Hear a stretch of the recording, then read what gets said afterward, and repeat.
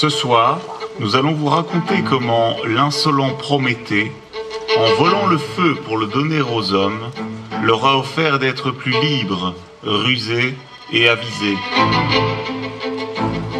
Comment Zeus, constatant le vol du feu, décide de piéger l'humanité par un don corrompu. Cette punition porte le nom de Pandore, et c'est sa boîte qui nous invite aujourd'hui au voyage. Ou plutôt, une jarre dissimulée dans le cellier d'Épiméthée, le frère de Prométhée. Or, il se trouve que cette jarre est remplie de désastres, de maladies et de chagrins. Ces malheurs étaient bien enfermés dans la jarre et ne se répandaient pas parmi les mortels. Mais un jour, Pandore, la fille de Zeus et la femme d'Épiméthée, désobéit. Pandore, donc, voit la jarre et, curieuse de savoir ce qu'il y a dedans, ouvre le couvercle. Les calamités s'échappent un instant. Désormais, par la faute de Pandore, la terre est couverte de malheur.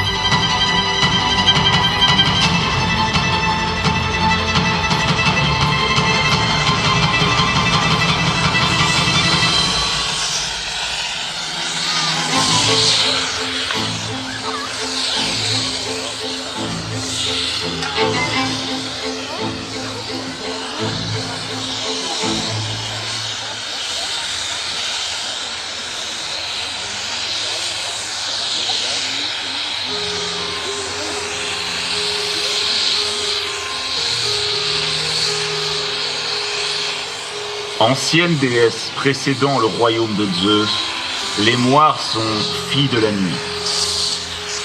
De ces moires, qui donnent aux hommes tant le bien que le mal, nous connaissons Cloto, la fileuse, et surtout Atropos, l'inflexible. Entre la naissance et la mort, elle préside au déroulement de la vie de chacun, divin comme mortel. Ces déesses sont chargées par Zeus d'attribuer aux hommes les bienfaits et les malheurs. Surtout, elles nous rappellent qu'on ne peut se soustraire aux dons des dieux.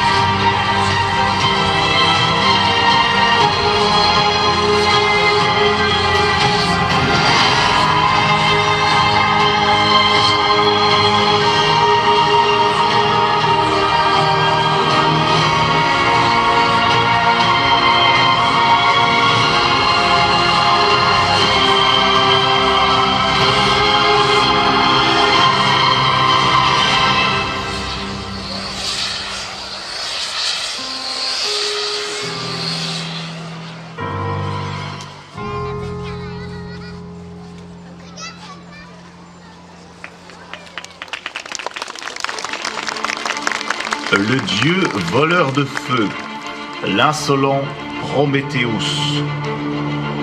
Il est celui qui sait, celui qui a la connaissance des choses avant qu'elles n'aient lieu. Prométhée vole un peu du feu du ciel dans l'atelier du dieu Héphaïstos, le dieu forgeron sur l'Olympe. Il cache le feu et l'apporte aux hommes. Désormais, l'humanité ne dépend plus du bon vouloir de Zeus pour disposer du feu, de la connaissance. Sans l'intelligence de Prométhée, nous, les humains, ne serions pas là. Mais il devra le payer. Comme son frère Atlas, il souffrira longtemps. Attaché à une montagne, un roc avec des nœuds d'acier.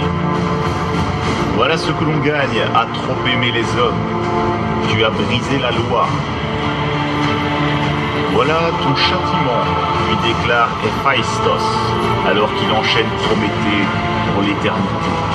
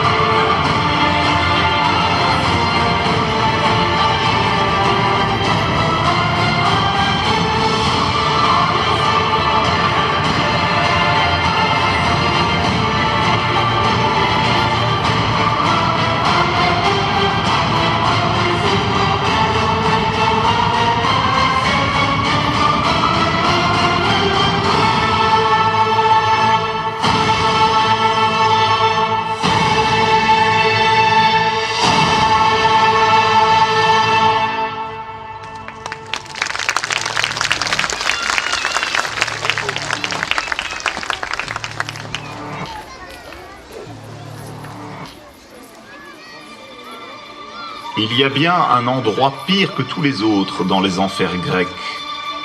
Le Tartare, destiné à recevoir les grands criminels.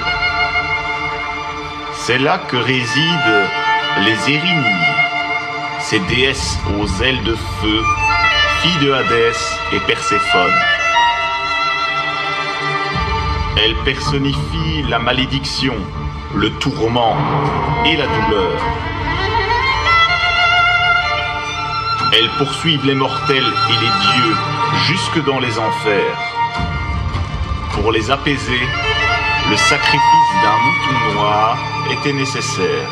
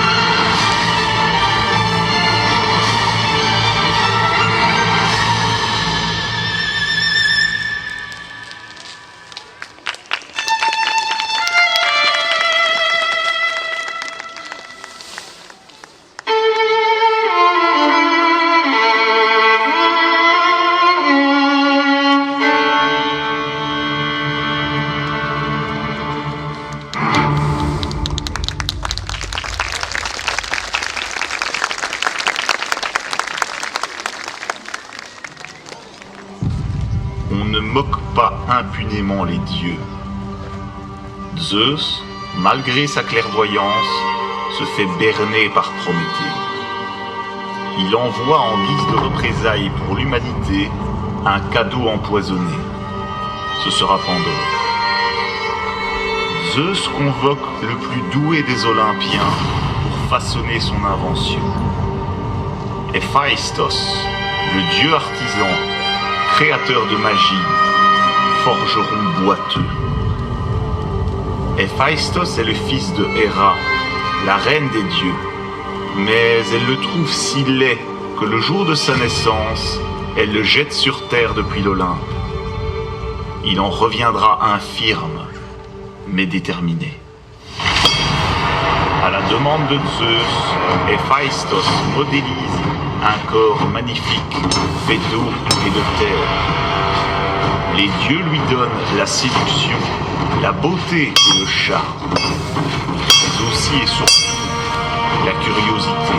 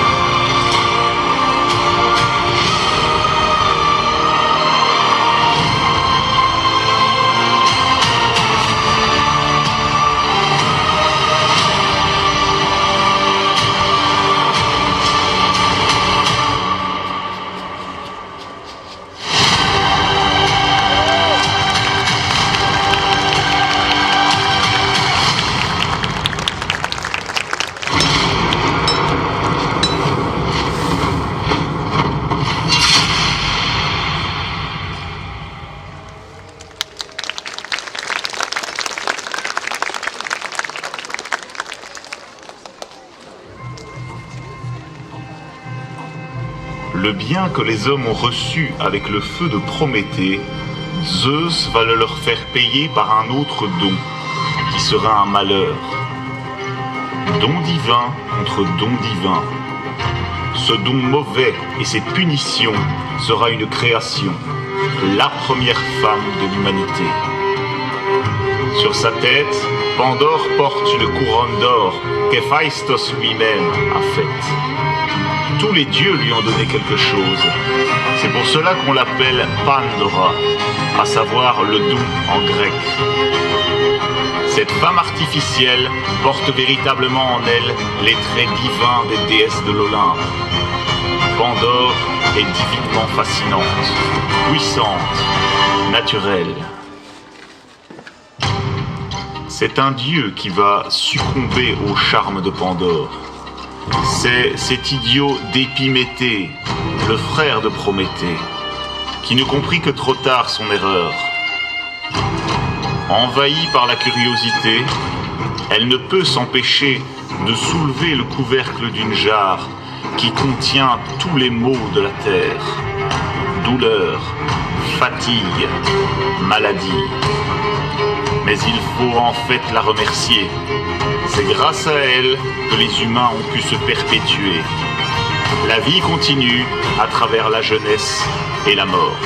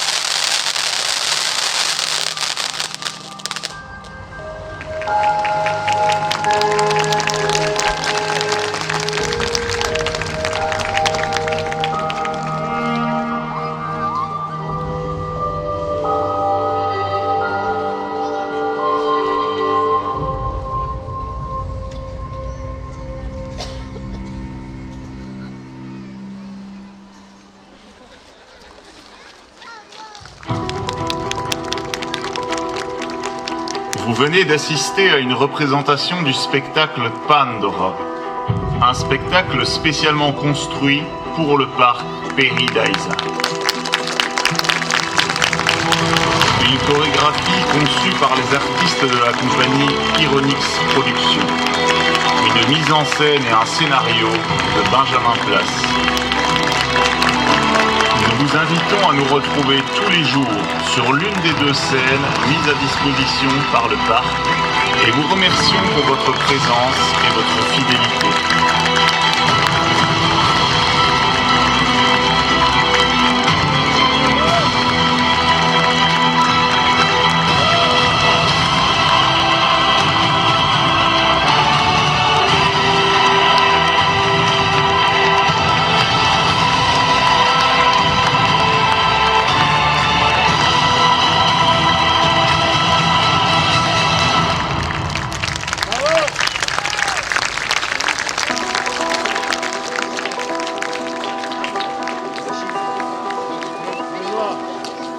Wow.